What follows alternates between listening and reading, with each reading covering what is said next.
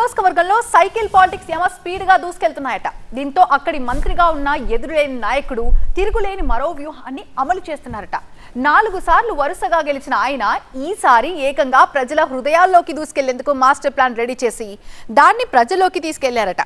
ఆ గెలుపు గుర్రానికి ఈ స్టెప్ మరింత స్పీడ్ ఇవ్వనుందా? అక్కడి రాజకీయాల్లో ఆయన మరింత రాణించేలా చేయనుందా? ఆయన ఇమేజ్ పెరగడంతో పాటు పార్టీ కూడా మైలేజ్ రానుందా? వంతమైన నియోజకవర్గం అద్దంకి. అలాంటి అద్దంకిలో గత 15 ఏళ్లుగా వార్ వన్ సైడ్ గా నడుస్తోంది. గత ఎన్నికల్లో కూడా ఇదే జరిగింది.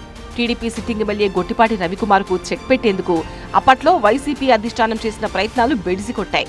2024 ముందు వరుసగా 3 సార్లు అద్దంకి నుంచి ఎమ్మెల్యేగా పోటీ చేసి హ్యాట్రిక్ గెలుపు సాధించిన గొట్టిపాటి 2024లో కూడా అద్దంకి నుంచి గెలిచి చంద్రబాబు కేబినెట్ లో పవర్ మినిస్టర్ గా అప్గ్రేడ్ అయ్యారు. 2004లో మార్టూరులో గెలుపుతో కలుపుకుంటే ఆయన ఇప్పటిదాకా వరుసగా 5 సార్లు విజయం సాధించారు. 2009లో కాంగ్రెస్, 2014లో వైసీపీ, 2019, 2024లో టీడీపీ నుంచి పోటీ చేసి వరుసగా 4 సార్లు అద్దంకిలో గెలుపొందారు. అద్దంకిలో పార్టీలకు అతీతంగా ఆయనకు ఆదరణ ఉందట. గత 5 ఏళ్లుగా వివాదాలకు దూరంగా ఉన్న నియోజకవర్గంలో గొట్టిపాటి విస్తృతంగా పర్యటనలు చేస్తున్నారు. ఆయన క్షేత్రస్థాయిలో ఎప్పుడూ ప్రజలకు అందుబాటులో ఉంటారని పేరు తెచ్చుకున్నారు. నియోజకవర్గంలో ప్రభుత్వ పార్టీ కార్యక్రమాలు అమలు చేయడంలో ఆయన ముందుంటారు. నియోజకవర్గంలో సమస్యలపై కేంద్ర మంత్రులకు, ముఖ్యమంత్రి చంద్రబాబుకు, అధికారులకు ఎప్పటికప్పుడు గొట్టిపాటి విజ్ఞప్తి చేస్తూ వాటిని తీర్చడంలో ముందుంటారనేది ప్రజల మాట. గత ఎన్నికల సమయంలో గ్రామాల్లో ప్రచారం చేస్తున్నప్పుడు బస్, ఆటోల వంటి రవాణా సౌకర్యాలు లేని పల్లెల నుంచి విద్యార్థులు 2-3 కిలోమీటర్ల దూరంలో ఉన్న స్కూళ్లకు నడుచుకుంటూ వెళ్లడం గొట్టిపాటి రవి గమనించారట. రవాణా సౌకర్యం లేక విద్యార్థులు పడుతున్న ఇబ్బందులను దృష్టిలో ఉంచుకుని టీడీపీ అధికారంలోకి రాగానే తన నియోజకవర్గంలో విద్యార్థులకు 10,000 సైకిళ్లు పంపిణీ చేయాలని గొట్టిపాటి లక్ష్యంగా పెట్టుకున్నారట. 2024 ఎన్నికల్లో కూటమి ప్రభుత్వం అధికారంలోకి రావడం, తాను మంత్రి అవడం చకచకా జరిగిపోయాక తన మనసులో అనుకున్నది అమలు చేయడం ప్రారంభించారు. నియోజకవర్గంలోని అద్దంకి, బల్లికురవ, పంగులూరు, సంతమాగులూరు, కొరిషపాడు మండలాల్లోని 36 హైస్కూల్ విద్యార్థులకు, 3 జూనియర్ కాలేజీల స్టూడెంట్స్ కు ఇప్పటివరకు 7,021 సైకిళ్లు పంపిణీ చేశారు.